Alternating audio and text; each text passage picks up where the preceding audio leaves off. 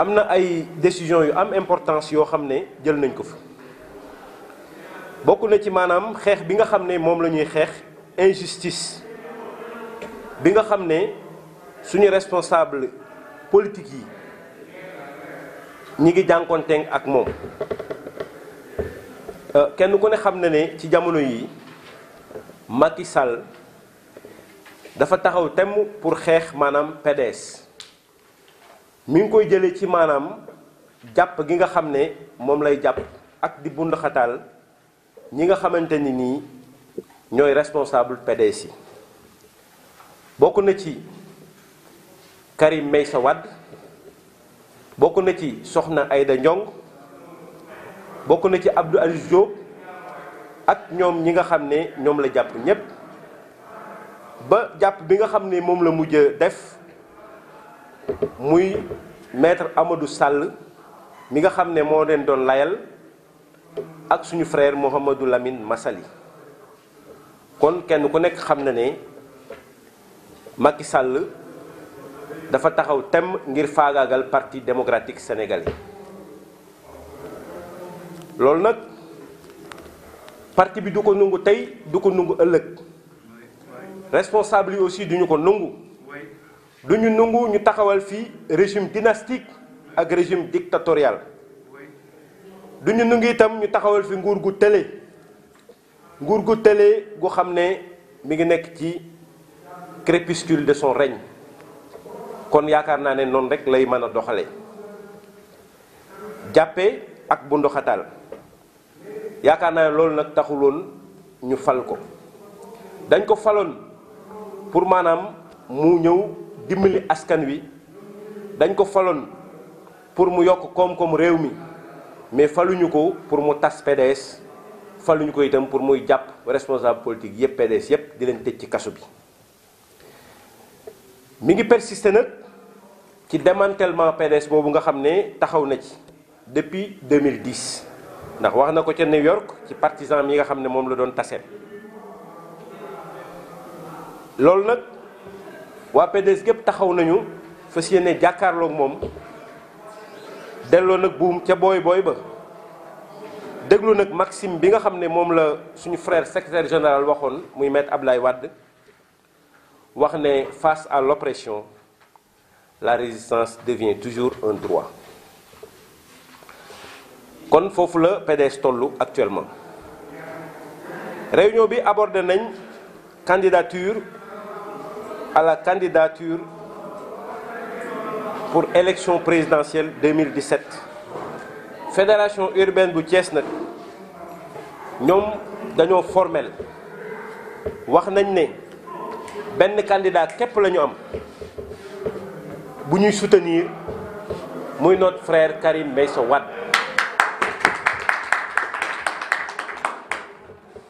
loolu fédération urbaine yépp moo ko wax muy Thiès Est Thiès Nord ak Thiès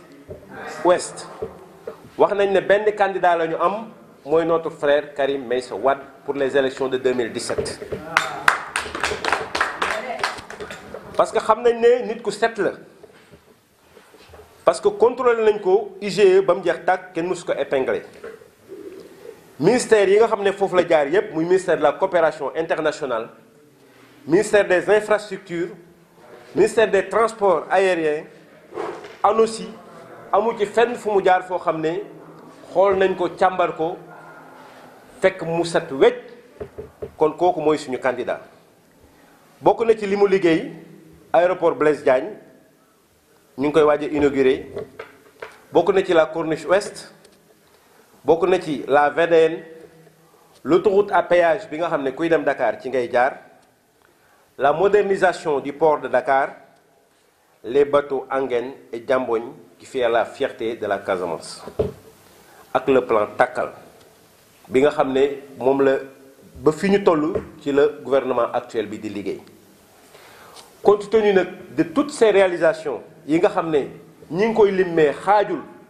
parce que fii ba ngay dem Kidira doo dox 7 kilomètres yoo xam ne doo fi taseeg loo xamante ni réalisation maître Abdoulaye Wade la dégg sous n'est-ce pas la supervision du frère Karim Meïssa Wade kon loolu tax na ba ñun moom la ñu am comme candidat pour les élections de 2017 incha allah mu gagné ko gagné bu set wecc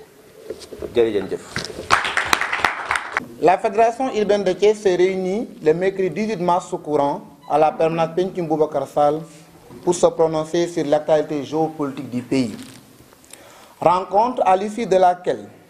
d'importantes décisions ont été prises. La Fédération urbaine compte mener le combat contre l'injustice dont nos responsables sont victimes depuis quelque temps. Injustice caractérisée par une vague d'arrestations tout azimut et arbitraire avec des prétextes fallacieux. Ceci montre clairement que ce régime dynastique, dictatorial, carent et incompétent de Macky Sall, qui, au crépuscule de son règne, n'a comme passe-temps favori la chasse aux libéraux et leur embastillement, aidé par une certaine société civile, alimentaire et pouvoiriste. Si Macky Sall persiste dans son règlement de compte avec le Parti démocratique sénégalais, comme il l'avait déclaré en 2010 à New York au cours d'une rencontre avec des partisans, eh bien, il nous trouvera sur son chemin. Et comme au bon vieux temps, nous ferons notre la maxime du pape du Sopi qui disait, je cite, « Face à l'oppression, la résistance devient un droit ». Abordant la question de l'appel des candidatures à la candidature pour l'élection présidentielle 2017, la Fédération urbaine se veut formelle. Elle n'a qu'une seule et unique candidature à soutenir, c'est celle du frère Karim Meïssa Wade. Aucun audit, aucun contrôle de l'IGE ne l'a épinglé dans les différents ministères où il est passé. Coopération internationale, infrastructure, transport aérien, ANOCI et j'en passe. L'aéroport Blaise Diagne, la Corniche Ouest, la VDN,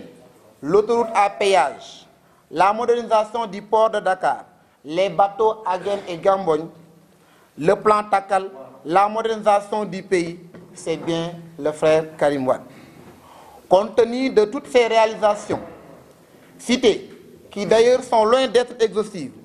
la Fédération urbaine de Thiès réitère son soutien à la candidature du frère Karim Meïssa Wade pour l'élection présidentielle 2017.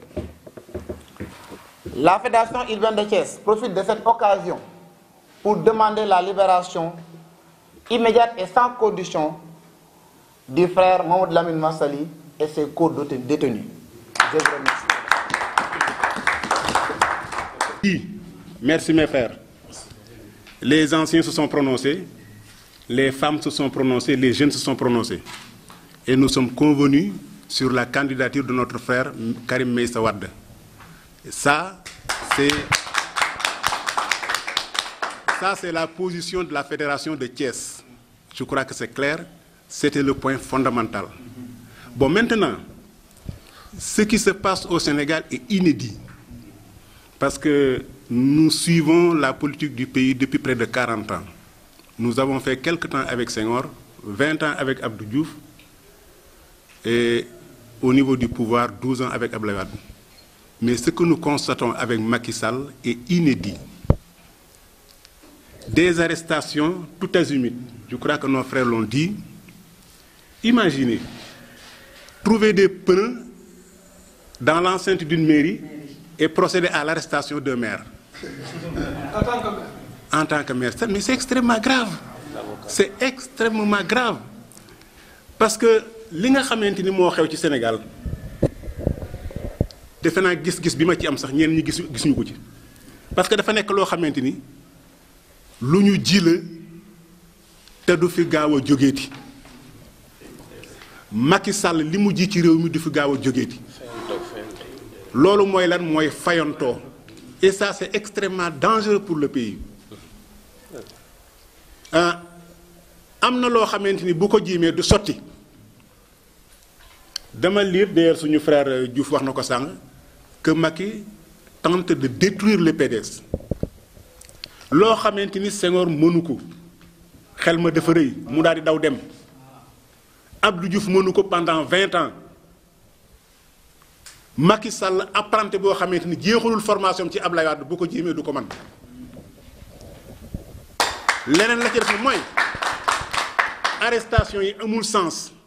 parce que fi mu nekk prison noppalukaay rek la noppalukaay la l'arrestation et la prison maintenant c'est banalisé sans benn waaye sànga daf ma wax ni man de dañu maa war a jàpp sax man ndax dem noppalu ji ndax réew mi ni mu méttee bala ngaa añ daw ba sonn bala ngaa re daw ba sonn bu ñu ma jàppoon yóbbu ma prison te prison faw ñu jox nga la lekk mu ni ma dañ maa war a jàpp sax kon prison léegi nit ñi am na beneen gis-gis bu ñu ci am prison bu fekkente ni intimidation la ci jublu nit ñi ragaltuñu prison bu fekkente ni xëble wala leneen la ci jublu loola du am boobu résultat da ngeen di xool ñetti ati Macky Sall yi mu mel ni def na fi 30 ans ñetti at yoo xamante ni coow rekk la ñetti at yoo xam ni wax kese la ñetti at yi dan la ci réaliser la mu demoon fële Casamance di wax bato yi wax ngeen ko xam ngeen ni bato yi Karim Wade moo ko fi indi la mu doon inauguré Ablaye Wade la leneen lu mu inauguré li ko Idrissa Seck waxoon ni ko li fi Ablaye Wade def mënoo ko sax peinture loolu mooy dëgg Idrissa Seck mi nga xam ni bokkul ak ñun làng moom moo dem ba wax loolu ni li fi góor gi def Macky mënu koo peinture te commencé gu koo peinture sax ay waxi kese la fi nekkee kon dama ni danger bi moom mooy lii nga xamante ni moom la fi nekkee par rapport au procès dama ni ci ay caaxaan rekk la ay caaxaan la gone yu tuuti sax xam nañu ni caaxaan la xool leen les 47 milliards de Singapour ñu ni ñu ngi koy leeral le 26 alors que verdict bi ñu ngi koy joxe le 23 kon ban effet la leeral bëri di am ci lii ah nga xam ne affaire u caaxaan la ah les 47 000 de Singapour amul existé wul expert comptable bi nga xam nee nañu moo ko defoon nee na mënut a joxe benn preuve amul preuve mais loola rek leeraloon na lépp Bourgi nee na 63 milliards yi moo ko moom xaalis ba ca ay maamam la woon Senghor ku mu xool ba tuddee ko une avenue à Dakar Bourgi avenue Bourgi moo nekkoon maami Bourgi bii nga xam ne ñoo jëkk a nekk milliardaire ci Sénégal ah Abdou Karim Bourgi ah nee na 63 milliards yi moo ko moom 47 milliards yi c'est du faux boo ko boolee muy ñaata sur les 117 milliards ah kër Ablaye Wade gi ci la bokk ah kër gi ba ko Ablaye Wade di am boobu mag booba Karim juddoogul nga xam ni kon loola ay caaxaan la te caaxaan yi nag la muy juri ëllëg du baax parce que kenn ku fi toog di nga am loo leeral parce que ñoom nag ba ñu fi toogee léegi am na ay scandale yu fi am de Africa Énergie leerul ArcelorMittal leerul ah ak yeneen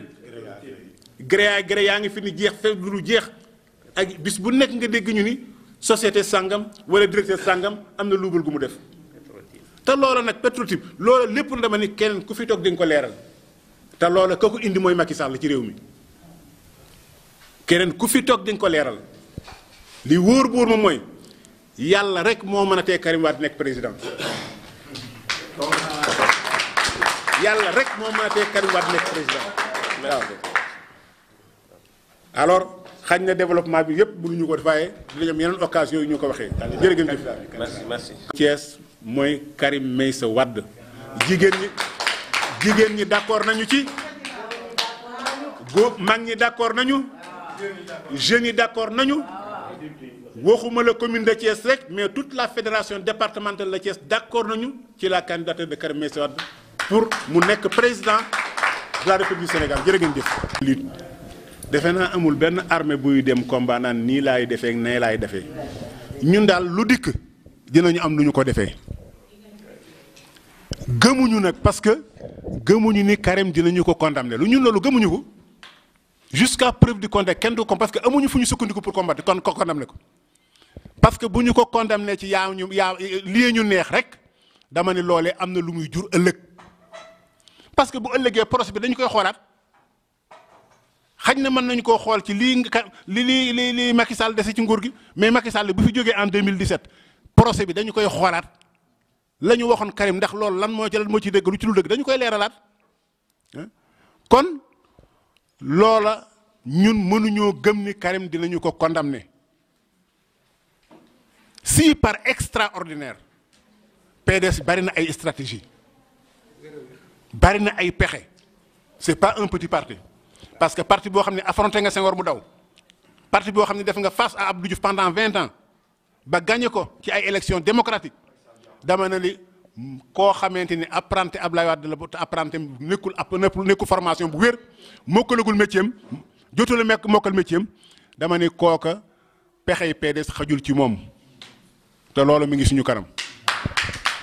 Contre relever le défi de la mobilisation pour le 23 mars